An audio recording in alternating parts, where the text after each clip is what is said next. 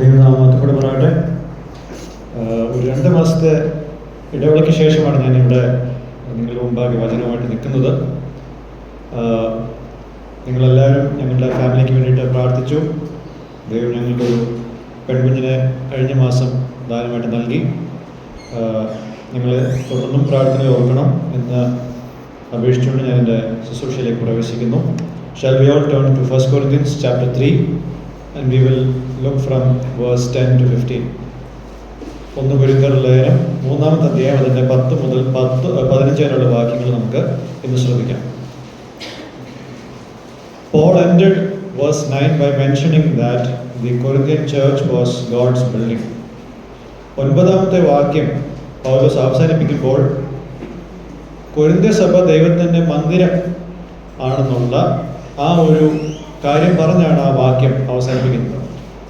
Now from verse 10 to verse 17 Paul will expand on the metaphor of the building. ഈ ഒരു ദൃഷ്ടാന്തം കുറച്ചുകൂടെ വിശദമായിട്ട് പൗലോസ് ഈ 10-ാം വാക്യം മുതൽ 17-ാമത്തെ വാക്യം വരെ വിശദീകരിക്കുന്നതായിരിക്കും. മന്ദിരം അല്ലെങ്കിൽ ഭവനം എന്ന് നമ്മൾ ഈ വാക്യത്തിൽ കാണുമ്പോൾ ഒരു ചെറിയ ഒരു സ്വകാര്യ വീട് എന്ന നിലയിൽ നമ്മൾ ഇതിനെ കാണാൻ പാടില്ല. We shouldn't understand this as a private home. This one is a monumental building. ഒരു വലിയ ഒരു കെട്ടിടം എന്ന നിലയിലാണ് നമ്മൾ ഇതിനെ കാണേണ്ടത്. The reader's minds should understand this as a temple reference. 16-ാമത്തെ വാക്യത്തിൽ നമ്മൾ എന്താ കാണുന്നത്? You yourself are God's temple. നിങ്ങൾ ദൈവത്തിന്റെ മന്ദിരമാണ്. അപ്പോൾ മന്ദിരത്തിന്റെ ആ ഒരു കോൺസെപ്റ്റ് ആണ് നമ്മുടെ മനസ്സിലും വരേണ്ടത്. The reader's minds would obviously go to Solomon's temple in the Old Testament, given how they were exposed to the Old Testament scriptures. പഴയ നിയമത്തിന്റെ ഒരു പരിചയം ഇവർക്കുള്ളതുകൊണ്ട് ഈ മന്ദിരം എന്നുള്ള വാക്ക് ഇവർ വായിക്കുമ്പോൾ പഴയ നിയമത്തിൽ ശലോമോന്റെ മന്ദിരമാണ് അവരുടെ മനസ്സിൽ വരേണ്ടത്. Or perhaps some temples in Corinth would cross their minds, but that is not what this context talks about. അതായിരിക്കത്തില്ല ഈ ഭാഗത്ത് പൗലോസ് ചിന്തിക്കുന്നത്. Now I want to title this passage as What Ministers of God Must Keep in Mind Regarding God's House. ദൈവത്തിൻ്റെ ഭവനത്തെ സംബന്ധിച്ച് ദൈവത്തിൻ്റെ ശുശ്രൂഷക്കാർ എന്താണ് മനസ്സിൽ വെക്കേണ്ടത്? This is the title that I want to give. And in verse 10 we read that Paul recalls the role that others and he had in Corinth. കൊരിന്തിൽ മറ്റ് ശുശ്രൂഷകന്മാരും താനും എന്ത് ജോലിയാണ് ചെയ്തിരുന്നത് എന്നുള്ളതാണ് 10-ാമത്തെ വാക്യത്തിൽ നാം കാണുന്നത്. So let's read verse 10 to begin with. എനിക്ക് ലഭിച്ച ദൈവകൃപയ്ക്കൊത്തവണ്ണം ഞാനുള്ള ഒരു പ്രധാന ശക്തിയായി അടിസ്ഥാനം ഇട്ടിരിക്കുന്നു.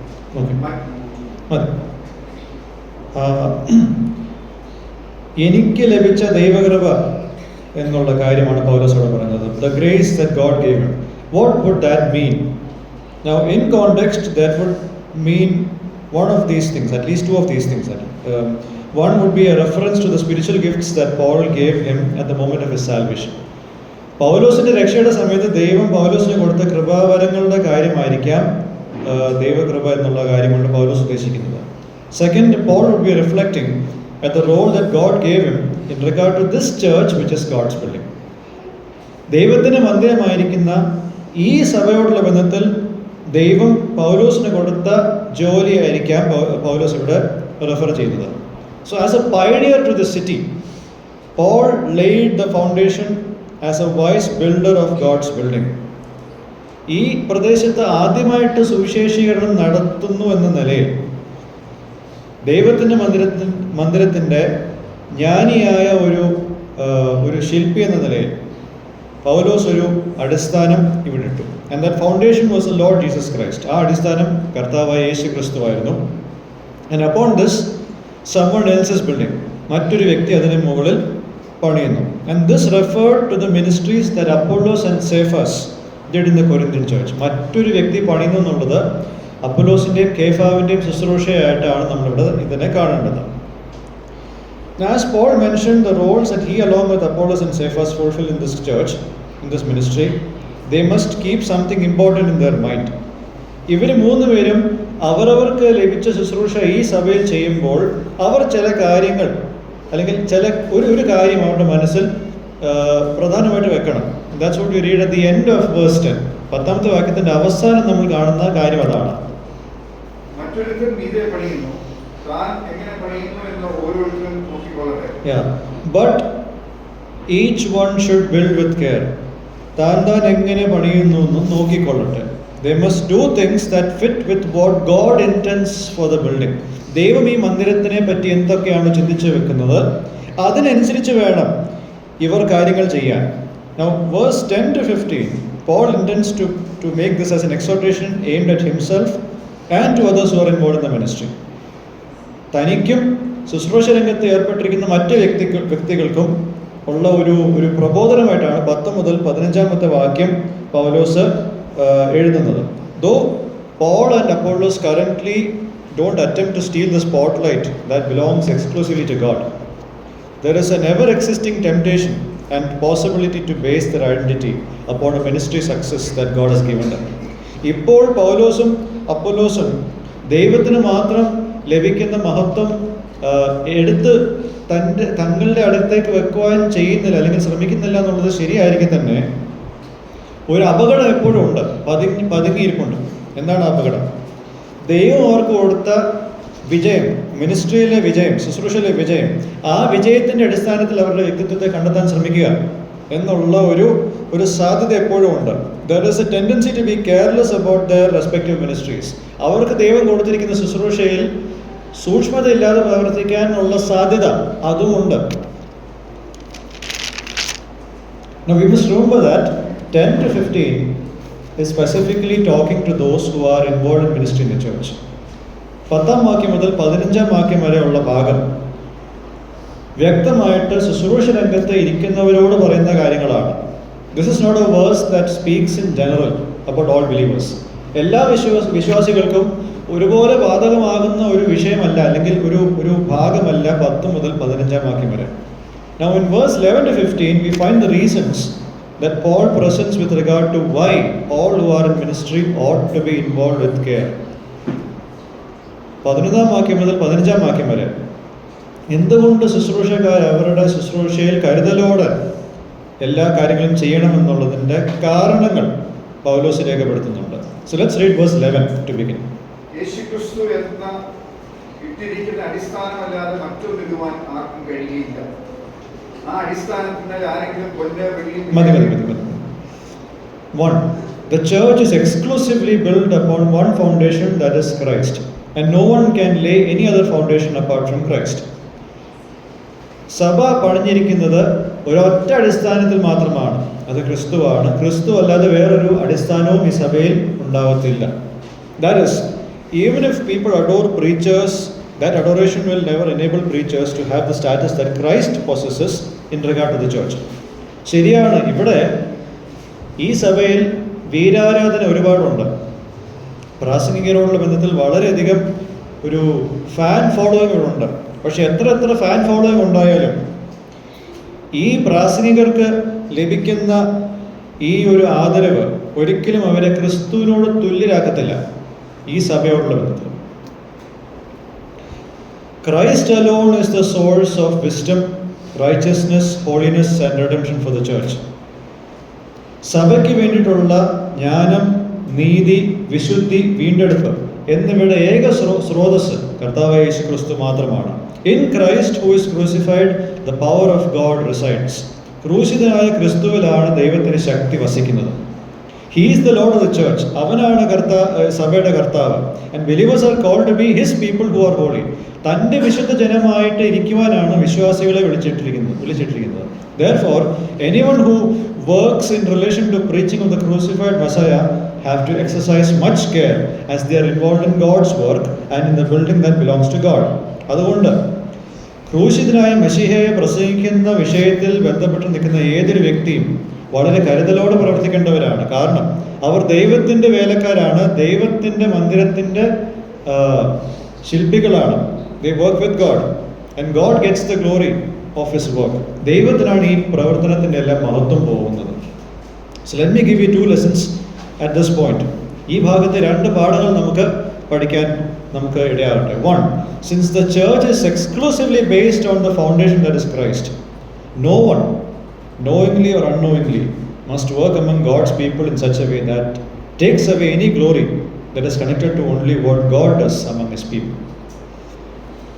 ക്രിസ്തുവാകുന്ന അടിസ്ഥാനത്തിലാണ് സഭ പണിഞ്ഞിരിക്കുന്നതെങ്കിൽ ഒരു വ്യക്തി അറിഞ്ഞുകൊണ്ടോ അറിയാതെയോ ദൈവത്തിൻ്റെ ഇടയിൽ അല്ലെങ്കിൽ ദൈവജനത്തിൻ്റെ ഇടയിൽ ദൈവത്തിൻ്റെ മഹത്വം നീക്കി മാറ്റുന്ന തരത്തിലുള്ള ഒരു പ്രവർത്തനവും ചെയ്യാൻ പാടില്ല. ദൈവം തൻ്റെ ജനങ്ങളിൽ പ്രവർത്തിക്കുന്ന പ്രവർത്തന മഹത്വം ദൈവത്തിന് മാത്രമേ പോകുന്നുള്ളൂ എങ്കിൽ ആ മഹത്വം കവർന്നെടുക്കുവാനുള്ള ഒരു കാര്യവും ബോധവശാലോ അബദ്ധവശാലോ ചെയ്യാൻ പാടുള്ളതല്ല. That glory only belongs to Christ. ആ മഹത്വം ക്രിസ്തുവിന് മാത്രം പോകേണ്ടതാണ്. A minister of God should exercise care in such a way that he will not claim ownership of the church that solely belongs to Christ. ഈ സഭയുടെ ഉടമ, ഏക ഉടമ കർത്താവായ യേശു ക്രിസ്തു ആണെങ്കിൽ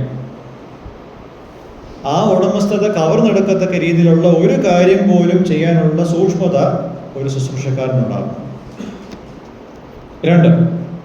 Ministers of God, keep always in mind that you are building upon something that Jesus is associated with.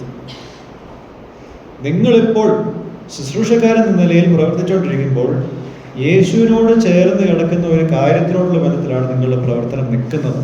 Think about the magnitude of that work. You are associated with something that Jesus is associated with.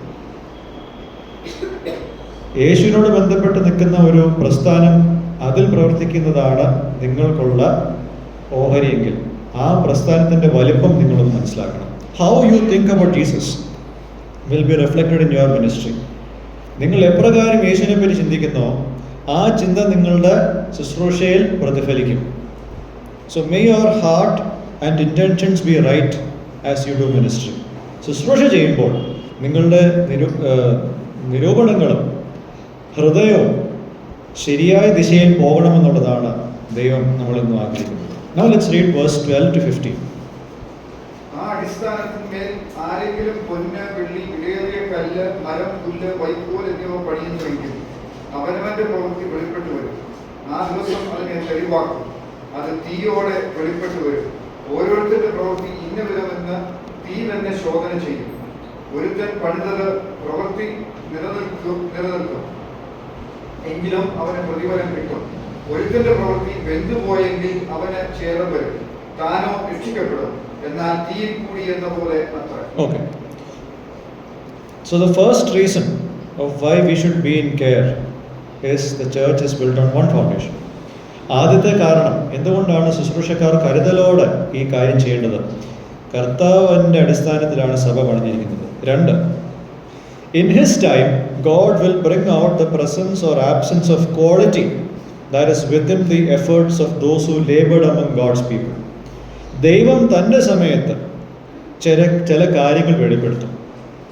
അതായത് ദൈവജനത്തിൻ്റെ ഇടയിൽ പ്രവർത്തിച്ചവരുടെ പ്രയത്നത്തിൻ്റെ ഗുണമേന്മയും ഗുണമില്ലാത്തതുമായിട്ടുള്ള അവസ്ഥ ദൈവം തൻ്റെ സമയത്ത് കാണിച്ചു കൊടുക്കും. അതാണ് നമ്മൾ 12-ാമത്തെ വാക്യം മുതൽ 15-ാമത്തെ വാക്യം വരെ കാണുന്നത്. So to understand this point, let us make sense of a few things that are present in these verses. ഇത് മനസ്സിലാക്കണമെങ്കിൽ ഈ 4 വാക്യങ്ങളിൽ അടങ്ങിയിരിക്കുന്ന ചില കാര്യങ്ങൾ നമ്മൾ കാണണം. Now there is a mention of gold, silver and costly stones. പൊന്ന്, വെള്ളി, പിന്നെന്താ? വിലയേറിയ കല്ല്. See, keep in mind the imagery of the Old Testament tabernacle in here.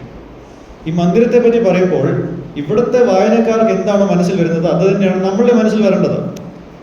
പഴയ നിയമ മന്ദിരമാണ് അവരുടെ മനസ്സിൽ വന്നതെങ്കിൽ അത് തന്നെയാണ് നമ്മുടെ മനസ്സിലും വരേണ്ടത്.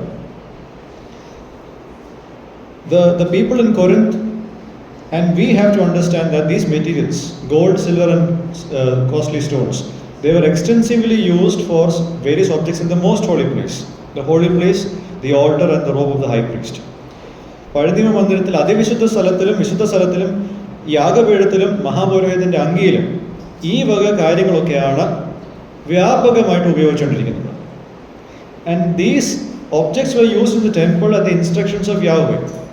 യഹോവയുടെ അരുളപ്പാട് പ്രകാരം മന്ദിരത്തിലുള്ള പല ഉപകരണങ്ങൾക്കും ഈ വക കാര്യങ്ങളാണ് ഉപയോഗിച്ചുകൊണ്ടിരുന്നത്. And on the other side, materials like wood, hay and straw were things that one wouldn't use in the temple construction in the Old Testament. പഴയ നിയമത്തിലെ മന്ദിരം പണിയുമ്പോൾ മരം, പുല്ല്, വൈക്കോൽ എന്നീ കാര്യങ്ങളൊന്നും കൊണ്ടുള്ള ഒരു സാധനം പോലും അവിടെ പണിഞ്ഞിട്ടില്ല. See, the objects of the tabernacle were made of acacia wood, and that wood is not what verse 12 talks about. 12-ാം വാക്യത്തിൽ കാണുന്ന കാര്യം, ആ തടി അല്ലെങ്കിൽ മരം, അത് കതറുമരം കൊണ്ടുള്ള ഒരു റെഫറൻസ് അല്ല. പഴയ നിയമത്തിലുള്ള വസ്തുക്കളെല്ലാം കതറുമരം കൊണ്ടുണ്ടാക്കിയ വസ്തുക്കളാണ്, പക്ഷെ അതല്ല ഇവിടെ പറഞ്ഞിരിക്കുന്ന മരം. This could be some sort of wood that was available in Corinth. കൊരിന്തിൽ കണ്ട് വരുന്ന ഒരു തരം മരമായിരിക്കാം പൗലോസ് ഇവിടെ രേഖപ്പെടുത്തുന്നത്. So all of these things were combustible objects. വെന്തു പോകുന്ന വസ്തുക്കളാണ് ഈ മരം, പുല്ല്, വൈക്കോൽ എന്ന ഈ 3 കാര്യങ്ങൾ. And then in verse 13 we see the phrase the day, ആ ദിവസം. That is a reference to a time of judgement and reckoning. ന്യായവിധിയുടെയും ചോദ്യം ചെയ്യലിൻ്റെയും ഒരു സമയത്തെ പറ്റിയാണ് നമ്മളിവിടെ കാണുന്നത്. There will be those who do ministry in church of Corinth according to what God has commanded and decided. There will be others in this church who do ministry in ways that are outside of what God has spoken and in ways that are not according to God's character. ഈ സഭയിൽ ശുശ്രൂഷ ചെയ്യുന്ന 2 തരത്തിലുള്ള ആൾക്കാരുണ്ട്. ഒന്ന്, ദൈവം കൽപ്പിച്ചിട്ടുള്ള, വിഭാവന ചെയ്തിട്ടുള്ള വഴികളിൽ കൂടെ ശുശ്രൂഷ ചെയ്യുന്ന ഒരു കൂട്ടം ആൾക്കാരുണ്ടാവും. ദൈവത്തിൻ്റെ ആലോചനയ്ക്ക് വെളിയിൽ നിന്നുകൊണ്ട്, ദൈവത്തിൻ്റെ സ്വഭാവത്തിന് വിരോധമായിട്ട് നിന്നുകൊണ്ട് ശുശ്രൂഷ ചെയ്യുന്ന മറ്റൊരു കൂട്ടരുണ്ടാവും. Their ministry work reality will be shown for what it is on the day of judgment, when the day will bring it to light. ന്യായവിധിയുടെ ദിവസം, എല്ലാം വെളിച്ചത്ത് കൊണ്ടുവരുന്ന ദിവസം, ഇവരുടെ വേലയുടെ യാഥാർത്ഥ്യം പുറത്തു വന്നിരിക്കും. That reality will be revealed with fire. തീയോട് കൂടിയിട്ടാണ് ആ വെളിപ്പാടുണ്ടാകുന്നത്. Often fire is linked with judgment, but in here fire doesn't punish. പലപ്പോഴും തീ എന്നുള്ളൊരു കാര്യം ഉപയോഗിക്കുമ്പോൾ ഒരു ന്യായവിധിയുടെ ഒരു ചിത്രം നമുക്ക് കാണാൻ സാധിക്കുന്നുവെങ്കിലും ഇവിടെ ഈ തീ വ്യക്തികളെ ഉന്മൂലനം ചെയ്യുന്നില്ല, നശിപ്പിക്കുന്നില്ല. Fire is not punishing people here. Just like the purity of gold or such objects are tested, fire here tests the quality of each person's work. പൊന്ന്, വെള്ളി, വിലയേറിയ കല്ലുകൾ എന്നുള്ള ഈ കാര്യങ്ങളുടെ ശുദ്ധിയെ പരിശോധിക്കുന്നത് തീയിലൂടെയാണെന്നത് പോലെ ഓരോ വ്യക്തികളുടെയും പ്രവൃത്തി, അതായത് ഓരോ ശുശ്രൂഷക്കാരൻ്റെയും പ്രവൃത്തി, അതാണ് ഇവിടെ തീ ശോധന ചെയ്യുന്നത്. Works that are like gold, silver or precious stones, that is, works done in accordance to God, will survive, and the builder or the minister will receive a reward. പൊന്ന്, വെള്ളി, വിലയേറിയ കല്ല് എന്ന പോലെയുള്ള വേലകൾ, അതായത് ദൈവത്തിൻ്റെ ആലോചന പ്രകാരം നടന്ന ശുശ്രൂഷകൾ, അത് നിലനിൽക്കും. ആ ശുശ്രൂഷ ചെയ്ത വ്യക്തിക്ക് പ്രതിഫലവും ലഭിക്കും. On the other hand, works that are like wood, hay or straw will be tested by fire, and when they are tested they will be burned up, and the builder will suffer loss but will be saved. മറുവശത്ത് മരം, പുല്ല്, വൈക്കോൽ എന്ന തലത്തിലുള്ള പ്രവർത്തനങ്ങളെല്ലാം തീയിലൂടെ ശോധന ചെയ്യുമ്പോൾ അവർ വെന്തു പോകും. ആ ശുശ്രൂഷ ചെയ്ത വ്യക്തിക്ക് നഷ്ടമുണ്ടാവുമെങ്കിലും രക്ഷയുണ്ടാകും. He is like one who barely escaped the flames, whereas his works were all burned up. എല്ലാം കത്തി നശിച്ചെങ്കിലും ഇയാൾ ജീവനോട് ബാക്കിയുണ്ടെന്ന നിലയിലായിരിക്കും ഇദ്ദേഹത്തിൻ്റെ അവസ്ഥ. So what is the lesson 3 that we come across? All who are involved in church ministry of any kind must remember that there is a day of reckoning where the quality of their work will be revealed. സഭാ ശുശ്രൂഷ രംഗത്ത് ഉൾപ്പെട്ട് നിൽക്കുന്ന എല്ലാവരും ഓർക്കേണ്ടത്, ഓരോ വേലക്കാരുടെയും വേലയെ ശോധന ചെയ്യുന്ന ഒരു ദിവസം, ആ വേലയുടെ ഗുണമേന്മയെ ശോധന ചെയ്യുന്ന ഒരു ദിവസം അത് വന്നിരിക്കും. That day will reveal as to whether they did God's ministry according to God's will or outside of His will. ആ ദിവസം വെളിപ്പെടുത്തും ഒരു വ്യക്തി ദൈവഹിത പ്രകാരമാണോ, ദൈവഹിതത്തിന് വിരോധമായിട്ടാണോ തന്റെ ശുശ്രൂഷ ചെയ്തതെന്നുള്ളത്. That day will reveal as to whether they sought their own glory or God's glory in their ministry. ആ ദിവസം കാണിച്ചു തരും ഒരു വ്യക്തി ശുശ്രൂഷ ചെയ്തപ്പോൾ സ്വന്തം മഹിമയാണോ ദൈവത്തിൻ്റെ മഹിമയാണോ കാക്ഷിച്ചതെന്നുള്ളത്. There are some who in the name of ministry want their own name to be propagated and remembered. ചില വ്യക്തികൾ ശുശ്രൂഷയുടെ പേരിൽ ആഗ്രഹിക്കുന്നത് അവരുടെ പേരിൻ്റെ നിലനിൽപ്പ്, അവരുടെ പ്രശസ്തി എന്താണെന്നുള്ളതാണ്. Ministry is all about them. ശുശ്രൂഷ എന്നത് അവരെ കഴിഞ്ഞിട്ടേ ഉള്ളൂ, അവർ മാത്രമേ ഉള്ളൂ എന്നുള്ളൊരു ചിന്താഗതിയിലാണ് അവർ പോകുന്നത്. They want to be in the forefront all the time. അവർക്ക് എല്ലായ്പ്പോഴും എല്ലാവരും കാണുന്ന തലത്തിലുള്ള ഒരു സ്ഥാനം ആഗ്രഹിക്കുന്നവരാണ്. And the bad news for such people is that God will reveal all of their pretensions and their falsehood that they had hidden behind their ministries. അത്രയും കാലം അവരുടെ ശുശ്രൂഷയുടെ മറവിൽ ഒളിപ്പിച്ചിരുന്ന എല്ലാ കപടതയും എല്ലാ നാടകവും ദൈവം ഒരു ദിവസം വെളിപ്പെടുത്തും. അതാണ് അവർക്കുള്ള ഒരു മോശമായിട്ടുള്ള ഒരു വാർത്തയായിട്ടിരിക്കുന്നത്. When such greed and attention seeking behavior is made known, such ministers would wish that they drop dead right there, or that the world would just stop. ഇത്തരം ആൾക്കാരുടെ സ്വാർത്ഥതയും എല്ലാവരുടെയും ശ്രദ്ധ പിടിച്ചു പറ്റാനുള്ള ഒരു ചിന്ത എല്ലാവരും കാണുക പുറത്തു വന്നാൽ അത്തരം ആൾക്കാർ ആഗ്രഹിക്കുന്നത് അപ്പോൾ തന്നെ മരിച്ച് വീണാൽ മതിയായിരുന്നു, അല്ലെങ്കിൽ ഈ നിൽക്കുന്ന നിൽപ്പിൽ തന്നെ ഭൂമി അങ്ങ് പിളർന്നാൽ മതിയായിരുന്നു, അല്ലെങ്കിൽ ലോകം അങ്ങ് നിന്നാൽ മതിയായിരുന്നു എന്നുള്ളതാണ്. അത്രയ്ക്കൊരു നാണക്കേട് ദൈവം അവർക്ക് ഉണ്ടാക്കി കൊടുക്കും. Why does God do it? The reason is that He wants to make us realize that there is a bigger identity that they have in Christ and the ministry identity they seek. അവർ ശുശ്രൂഷയിൽ കാംക്ഷിക്കുന്ന വ്യക്തിത്വത്തെക്കാൾ അപ്പുറമായിട്ട് ക്രിസ്തുവിലുള്ളൊരു വ്യക്തിത്വമുണ്ട്. അത് കാംക്ഷിക്കാനാണ്, അത് ആഗ്രഹിക്കാനാണ്. So what are some applications that I would want to bring out here? One, always labor in ministry for something that will endure for eternity. നിത്യത മുഴുവൻ നിലനിൽക്കുന്ന ഒരു കാര്യത്തിനായിട്ട് നമുക്ക് ശുശ്രൂഷയിൽ പ്രവർത്തിക്കാം. What endures is the never-ending glory of Jesus who lives forever. എന്നേക്കും ജീവിക്കുന്ന യേശുവിൻ്റെ അവസാനമില്ലാത്ത മഹത്വത്തിനായിട്ടാണ് നാം പ്രയത്നിക്കേണ്ടത്. കാരണം അത് മാത്രമേ നിലനിൽക്കുന്നുള്ളൂ. Second application, repent of the self-seeking behavior that seeks to replace God in church ministry. Because whether we like it or not, God doesn't share His divine glory that comes from the church that belongs to Him. സ്വയം ഉയർത്താനുള്ള ഒരു തരം സ്വഭാവം നമുക്ക് പലർക്കും ഉണ്ട്. ആ സ്വഭാവത്തിൽ ദൈവത്തെക്കാൾ അപ്പുറമായിട്ട് നമ്മളുടെ പ്രയത്നത്തെ എല്ലാവരും കാണണം, അംഗീകരിക്കണം എന്നുള്ള ഒരു തരം പാപസംബന്ധമായ ഒരു ആഗ്രഹം നമ്മളിൽ പലർക്കും ഉണ്ടെങ്കിൽ അതിൽ നിന്നും ഒരു മാനസാന്തരം ഉണ്ടാവണം. കാരണം നമുക്ക് ഇഷ്ടപ്പെട്ടാലും ഇല്ലെങ്കിൽ നമുക്കൊരു കാര്യം ഇവിടെ തിരിച്ചറിഞ്ഞേ പറ്റും.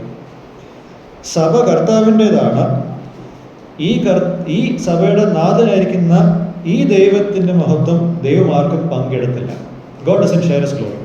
അതുകൊണ്ട് നമ്മൾ അതിനോട് കമ്പീറ്റ് ചെയ്തിട്ട് യാതൊരു കാര്യവുമില്ല. അതിനോട് മത്സരിച്ചിട്ട് ആ മഹത്വത്തിൻ്റെ ഏതെങ്കിലും ഒരു അംശം എനിക്ക് കിട്ടണമെന്നുള്ള രീതിയിൽ മത്സരിക്കാൻ നോക്കിയാൽ അതിന് യാതൊരു യുക്തിയുമില്ല. So the lesson 4 that I want to bring out here. For those who are led by the Spirit to continue being faithful to God, to what God has revealed in His Word regarding everything pertinent to ministry, I would like to encourage you to continue doing so in spite of how unrewarding and troublesome it is. ഞാൻ നേരത്തെ പറഞ്ഞതുപോലെ ശുശ്രൂഷയിൽ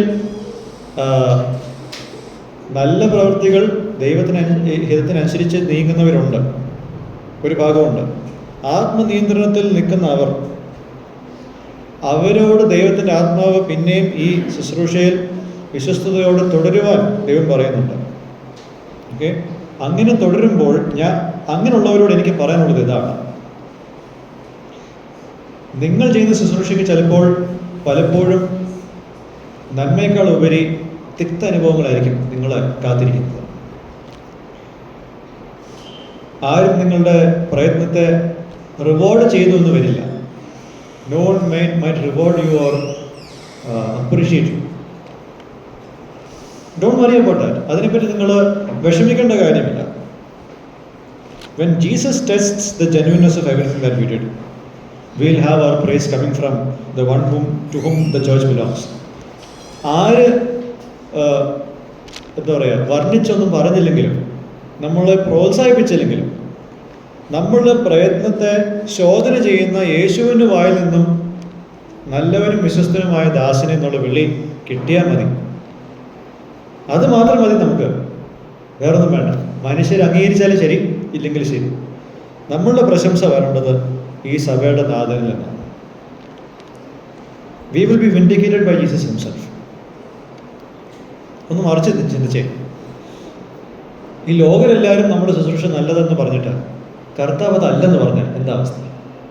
If the world is okay with our ministry, but if Christ is not, then what's the point? And the last thing here, this passage talks about genuine believers for whom there are occasional instances of careless, self-glorifying attitude towards ministry.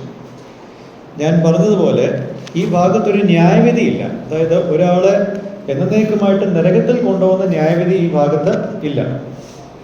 എന്ന് വെച്ചാൽ ഇടയ്ക്ക് യഥാർത്ഥ വിശ്വാസികളുടെ ഇടയിൽ ചിലപ്പോൾ ഇത്തരം careless ആയിട്ടുള്ള, സൂക്ഷ്മതയില്ലാത്ത, സ്വയം പുകഴുവാൻ ശ്രമിക്കുന്ന ഒരു പ്രവണത ചിലപ്പോൾ ചിലർക്കുണ്ടാവും. നമ്മൾ ഈ പാപ സ്വഭാവത്തിലാണ്, പാപചരിത്രത്തിലാണ് ജീവിക്കുന്നത്. We live in this body of sin, so that might happen. അത് ചിലപ്പോൾ സംഭവിച്ചുകൊണ്ടിരിക്കും. This will be dealt with by Jesus at his time of judgment, and it will be a definite act of sanctification that removes all impurities of a true believer. യഥാർത്ഥ വിശ്വാസികളുടെ ഇടയിൽ യേശുക്രിസ്തു തൻ്റെ ന്യായവിധിയുടെ നാളിൽ എല്ലാ അശുദ്ധിയും നീക്കം ചെയ്ത് യഥാർത്ഥ വിശ്വാസിക്ക് ഒരു ശുദ്ധത കർത്താവ് വരുത്തും. This public revealing of the falsehood regarding intentions that are wrong is an evidence that this person is in a relationship with God.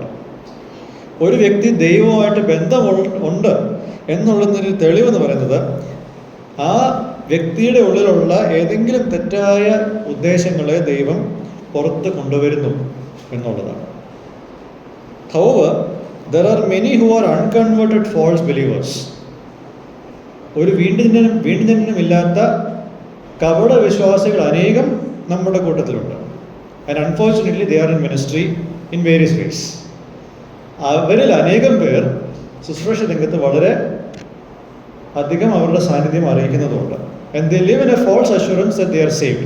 ഒരു തെറ്റിദ്ധാരണയുടെ പുറത്താണ് അവർ പലപ്പോഴും ജീവിക്കുന്നത്. അവർ രക്ഷിക്കപ്പെട്ടിരിക്കുന്നു എന്നുള്ളൊരു തെറ്റിദ്ധാരണയുടെ പുറത്ത്.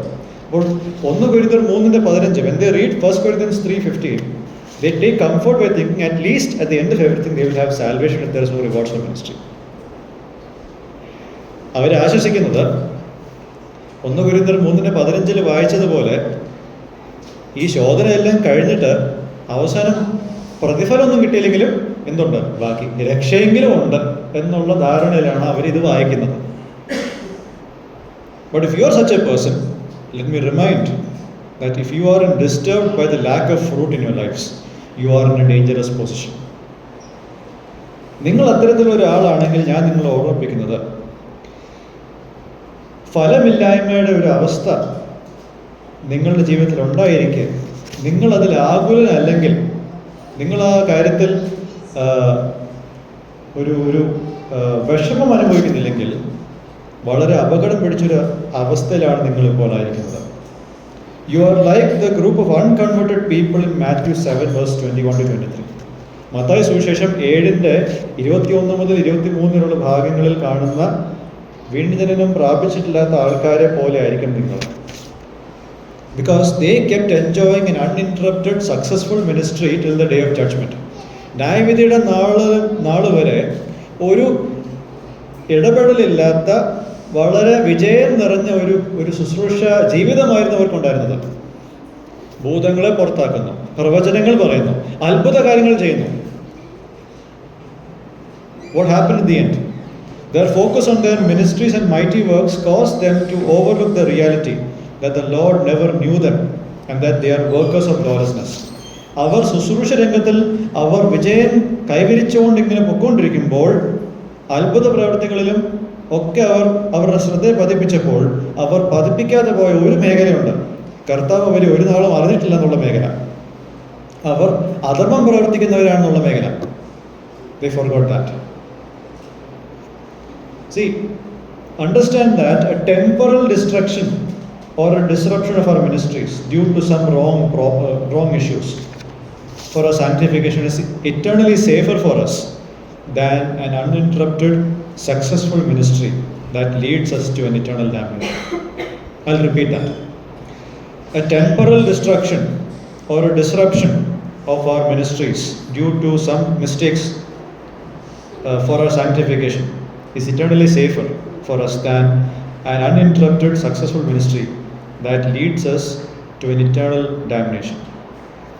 ഒരു ഇടപെടലും ഇല്ലാത്ത വളരെ വിജയകരമായിട്ടുള്ള ഒരു ശുശ്രൂഷ ജീവിതം മുന്നോട്ട് കൊണ്ടുപോയിട്ട് പിന്നെ നമ്മൾ നിത്യനാശത്തിലേക്ക് പോകുന്നതിലും ഭേദമാണ് നമ്മളിപ്പോൾ ചെയ്യുന്ന താൽക്കാലികമായിട്ടുള്ള ശുശ്രൂഷയിൽ താൽക്കാലികമായിട്ടുള്ളൊരു നൃത്തം.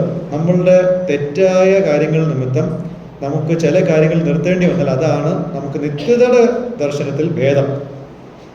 At least we will know that we are not on our way to hell. ഒന്നുമില്ലെങ്കിലും നമ്മൾ നരകത്തിൻ്റെ വഴിയിലേക്കല്ല പോകുന്നതെന്നുള്ളതിൻ്റെ ഒരു ചെറിയൊരു ആശ്വാസമെങ്കിലും അവിടെ ഉണ്ടാവും. ഇപ്പോൾ ചെയ്യുന്ന കാര്യം എന്തെങ്കിലും ഒരു വീഴ്ച സംഭവിച്ച് ഒന്ന് മാറി നിൽക്കേണ്ടി വന്നാൽ അതാണ് ഭേദം. അല്ലാതെ കുറ്റബോധമില്ലാതെ ചെയ്തുകൊണ്ടിരിക്കുന്ന കാര്യം പിന്നെയും പോയിക്കൊണ്ടിരുന്നാൽ ഇവിടെ എല്ലാം അത് വളർന്ന പോലെ തോന്നും. പക്ഷേ അവിടേക്ക് എത്തുമ്പോൾ ഞാൻ നിങ്ങളെ ഒരു നാളും അറിഞ്ഞിട്ടില്ലെന്നുള്ള ആ ഒരു വാചകാര്യം കേൾക്കേണ്ടി വരും. So these were things that Paul, Apollos and Cephas along with the other ministers had to remember. പൗലോസും അപ്പോലോസും കേഫാവും അതുപോലെ മറ്റ് ശുശ്രൂഷകന്മാരും ഓർക്കേണ്ട ഒരു സത്യമായിരുന്നു, അല്ലെങ്കിൽ സത്യങ്ങളായിരുന്നു നമ്മളിവിടെ കണ്ടത്. ഈ സന്ദേശം ശുശ്രൂഷക്കാർക്ക് മാത്രമല്ല, ബാക്കി സഭക്കാരുമുണ്ട്. അവരെന്താണ് ഇതിനെപ്പറ്റി അറിയേണ്ടത്? ഇതറിയാൻ അടുത്ത സെഷനിൽ നമുക്ക് 3-ാമത്തെ അധ്യായം 16 മുതൽ 23-ാം വാക്യം വരെയുള്ള ഭാഗം, അവിടെ സഭയ്ക്ക് ഈ കാര്യത്തിൽ എന്താണ് ഉത്തരവാദിത്തം എന്നുള്ളതും നോക്കാം. അതായത് ശുശ്രൂഷകന്മാർക്ക് മാത്രമല്ല ഞാനിതൊന്നും പറയുന്നത്, സഭക്കാർക്കും ഉണ്ട്. അത് കേൾക്കാൻ അടുത്ത സെഷനിൽ നിങ്ങൾ വെയിറ്റ് ചെയ്യുക. ദൈവം നമ്മളെ സഹായിക്കട്ടെ എന്ന് ആഗ്രഹിക്കുകയും പ്രാർത്ഥിക്കുകയും ചെയ്തുകൊണ്ട് ഞാൻ എൻ്റെ വാക്കുകൾ നിർത്തുന്നു. ദൈവനാമം മാത്രം